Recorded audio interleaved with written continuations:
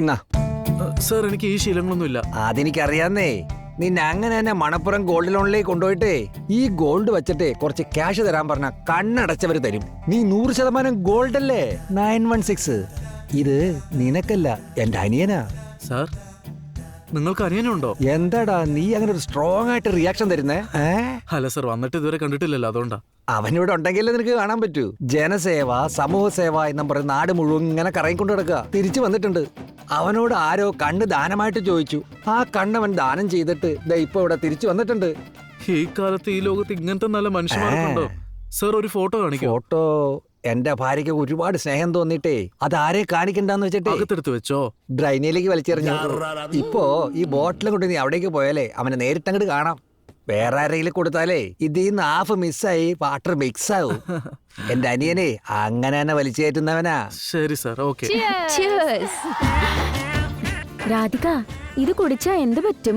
കുട്ടികളുണ്ടാകും. അയ്യോ, അപ്പൊ എനിക്ക് വേണ്ട. എന്റെ അമ്മ വഴക്ക് പറയും. വെറുതെ പറഞ്ഞതാ. കുടിക്ക്, അടിപൊളിയായിരിക്കും.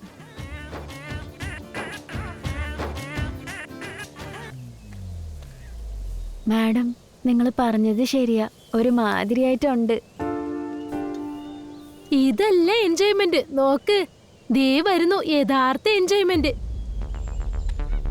അയ്യോ അയ്യോ, റൈറ്റർ വരുന്നു. അയ്യോ റൈറ്റർ, മിണ്ടാതിരുന്നു കുടിക്ക്. അവന് ഭയങ്കര ജാടയാണ്. അവനെ ഇങ്ങോട്ട് വിളിക്ക്. Hello writer, come here. ചെറുക്ക, ഇങ്ങോട്ട് വാടാ. വന്നില്ലെങ്കി അറിയാലോ, ബസ് ഗാങ് ചേസ്. എന്റെ ജനിച്ച സമയം ശരിയല്ലെന്ന് തോന്നുന്നു. എവിടെ പോയാലും പെമ്പിളറുടെ ശല്യം അന്വേഷിച്ചു വന്നെ ശല്യം ചെയ്യും. എങ്ങനെയുണ്ട്? ഞങ്ങൾ എങ്ങനെയുണ്ട്? ഞങ്ങളുടെ സ്റ്റൈൽ എങ്ങനെയുണ്ട്?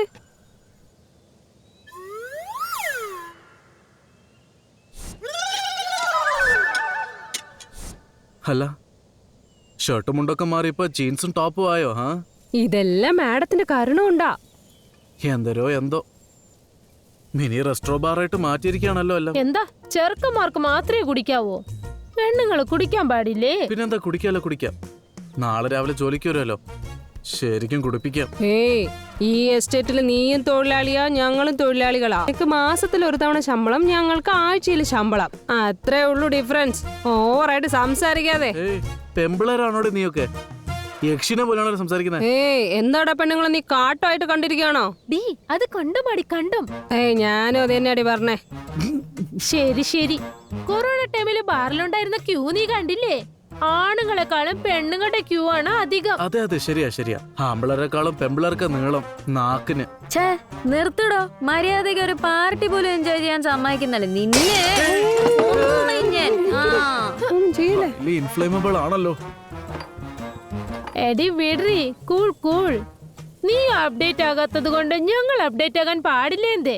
ലൈഫ് എൻജോയ് ചെയ്യാനുള്ളതാ. അപ്ഡേറ്റ് ആകളിയാ.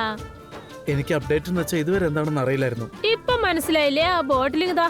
ഈ ബീർ കുടിച്ച് ബോറടിക്കുന്നു. ആ ഹോട്ടായിട്ട് ട്രൈ ചെയ്യട്ടെ. ഇത് വേറൊരാൾക്ക് കൊടുക്കേണ്ടതാ. കൊടുക്കാൻ തന്നയച്ചതാ. ഓ, തരില്ല നീ. ഗേൾസ്, അങ്ങനെ വാ വഴിക്ക്.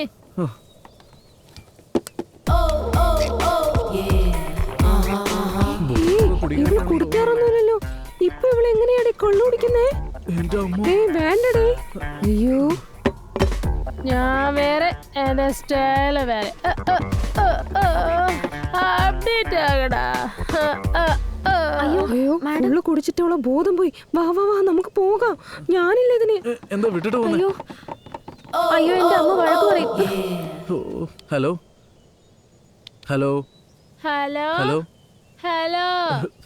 ഹലോ, കട്ടായിക്കൊണ്ടിരിക്കുക. പുറത്തൊന്ന് കോളേ. അത് ഇവളുടെ തന്തയെ കണ്ടപ്പോഴും ഇങ്ങനെ കുടിച്ച് താഴെ കിടക്കുമായിരുന്നു. അച്ഛനെ പറ്റിയ മോള് തന്നെ.